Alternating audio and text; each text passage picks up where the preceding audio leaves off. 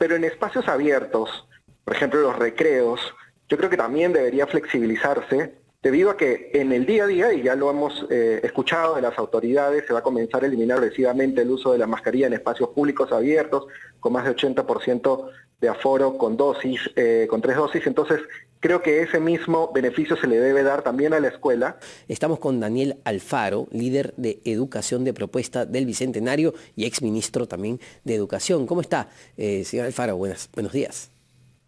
Muy buenos días, Omar y Carlos. Muchas gracias por esta llamada. A ver, la pregunta básica, lo que se ha tomado ya, las decisiones que se han tomado en Consejo de Ministros y que entendemos, según lo que se ha dicho, que empiezan a regir a partir de mañana, a partir del lunes, que se elimina este metro de distancia entre los chicos y el 100% del aforo en las aulas de clases. ¿Es necesario? Sí, totalmente necesario. De hecho, esa regla específica evitaba lo que se llama el 100% de retorno a la presencialidad. Lo que pasó el 28 de marzo fue un inicio que lo podemos ver como en 2 fases. Una primera fase es de que el 100% de escuelas regresen a algún grado de presencialidad, es decir, turnando a los alumnos en diferentes horarios. ¿Por qué? Porque el segundo nivel, en el que es todo el aula regresa al 100% de la presencialidad de lunes a viernes, no se podía dar.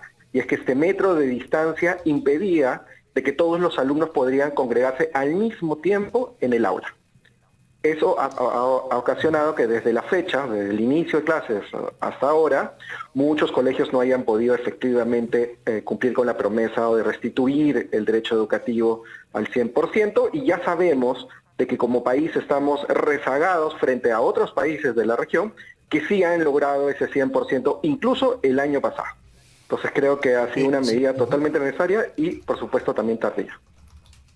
Señor Alfaro, muy buenos días. Ahora, la siguiente pregunta es, ¿está preparado el sistema educativo peruano para que este retorno con el aforo al 100% sea óptimo o vamos a tener algunos inconvenientes, algunos problemas que tal vez en el camino podemos ir solucionando?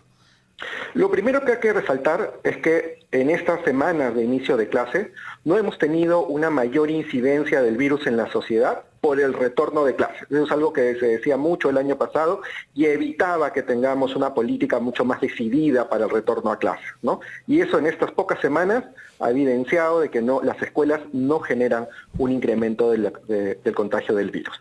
Ahora, para que de todas maneras se tengan las condiciones de bioseguridad en cada escuela, sí es necesario seguir trabajando en la dotación de agua, mascarillas, en la ventilación de los espacios sobre todo cerrados y bueno, en todas las escuelas a nivel nacional. Eso, en ese punto, señor Alfaro, la mascarilla, ¿no? Que puede parecer algo menor, pero yo creo que es muy importante ya cuando hablamos, a ver, una familia, la mascarilla tiene un costo.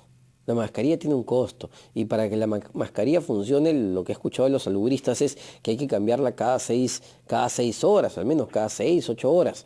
¿Es necesario que lleven doble mascarilla los chicos?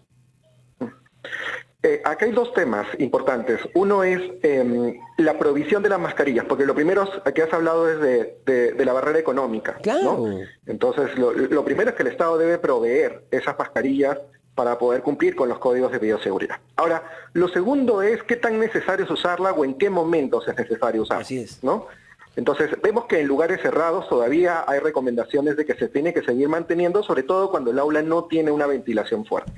Pero en espacios abiertos, por ejemplo los recreos, yo creo que también debería flexibilizarse debido a que en el día a día, y ya lo hemos escuchado de las autoridades, se va a comenzar a eliminar progresivamente el uso de la mascarilla en espacios públicos abiertos, con más de 80% de aforo con dosis, con 3 dosis. Entonces, creo que ese mismo beneficio se le debe dar también a la escuela, debido a que es bastante contradictorio de que el niño o la niña suba a un espacio público en donde va a ver a la gente sin mascarilla, vean el estadio, todos congregándose sin mascarilla, va a ir a un restaurante y los vea sin mascarilla y en su recreo no tenga que seguir usándola, ¿no? Hay una gran incoherencia también en esa medida y, veamos, en términos pedagógicos es importante también el contacto, ¿no? La visualidad completa, Ahora, sobre todo cuando son más pequeños y recién están conociéndose entre ellos. saliendo del plano de salubridad, No, yo no sé, han pasado 2 años con diferentes resultados de cómo se han llevado estas clases virtuales. Valgan verdades, muchos chicos no han llevado nada, ¿no? Esa es una realidad, hay que ser bastante claros en eso. Hemos hecho una evaluación como sociedad, es decir, como Estado, sabemos cuál es el impacto que ha tenido esta pandemia en los niveles de educación alcanzados. ¿Saben sumar, multiplicar, restar, comprender, analizar nuestros chicos? ¿Hemos hecho esa evaluación? Lamentablemente no se ha hecho una evaluación de los aprendizajes en 2020-2021. Sé que el Ministerio ha hecho esfuerzos por tratar de levantar algunas datas que en el 2020 daba como resultado que aquellos alumnos que sí habían tenido alguna posibilidad de contacto a la educación a distancia, por ejemplo, contaban con tablet e internet, se había visto mermada, digamos, los resultados, los logros satisfactorios en aprendizaje de comprensión lectora, matemáticas, pero solo son los alumnos que han tenido la oportunidad de conexión a internet. Si a esos alumnos se les ha visto rezagado el logro satisfactorio, imagínate para los que no han tenido, ¿no? Entonces sí hace falta, entiendo que este año debería haber una evaluación muestral a nivel nacional para ver diagnósticamente cómo estamos, ¿no? De dónde partimos. Y más allá, digamos, de la necesidad de tener medición para poder generar políticas más efectivas, está también la capacitación del docente, porque el docente lo que va a pasar es que va a recibir alumnos de diferentes velocidades, ¿no? Alumnos que sí han logrado tener más conexión con la escuela y aquellos que no. Y va a tener un salón muy heterogéneo. Pues mejorar sus capacidades para que pueda identificar esas diferentes velocidades y proponerles trayectorias educativas que los motiven a poder retomar esos aprendizajes va a ser muy importante. Sí, señor Alfaro, ¿por qué no se ha hecho esa evaluación, si se ha alcanzado o no las competencias y las capacidades en los colegios? ¿Quién es responsable? Le pregunto esto porque tiene que corregirse, ¿no? Porque ya estamos en el regreso, el retorno a los aforos al 100%. Tiene que haber esa evaluación definitivamente para tener un punto de comparación. Es el Ministerio de Educación, en coordinación con los gobiernos regionales, que son también responsables en su territorio. Es decir, si es que el Ministerio de Educación no ha promovido estas evaluaciones en estos últimos años, también está en la potestad del gobierno regional hacer las mediciones propias en su territorio. Y yo creo que también esto es una otra factura de la inestabilidad política que hemos tenido desde que comenzó este gobierno.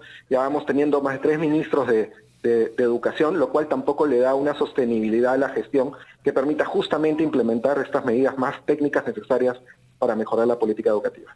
Ahora, también uno se pregunta, ¿no? Porque ese tema de saber dónde estamos se planteó, recuerdo cuando inició el gobierno con el exministro Juan Cadillo, ¿no? Que estaba muy preocupado sobre estos asuntos en ese momento y se declara en emergencia. Usted recordará, señora Alfaro, se declara en emergencia la educación, ¿no? El gobierno, el presidente Castillo declara en emergencia la educación. Lindo titular.